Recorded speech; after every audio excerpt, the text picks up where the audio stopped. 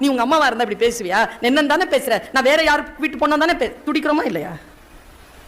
ஆதிபராசக்திக்கு முன்னால் துர்கா மாசுர் அவ்வளவு வார்த்தைகளை பேசும்பொழுது அவ அப்படியே அவளுக்கு அதெல்லாம் பழக்கமே இல்லைங்க. அவ மந்திரங்களை கேட்டு பயிற்சி பெற்ற சாமி. அவளுடைய ஆளுமையை குறைச்சி பேச பேச இத்தினூண்டு ஆயிட்டாங்க, இத்தினூண்டு பொண்ணாயிட்டா. ஒண்ணுமே இல்லை, ஆயுதங்கள் எதுவும் இல்லை, குழந்தை மாதிரி ஆயிட்டு இப்படியே நிக்கிறாளா. அவன் வாள் எடுத்துக்கிட்டு வெட்டுறதுக்கு வரும்போது எங்கிருந்தோ வந்தாருங்க மிஸ்டர் சிவபெருமான்.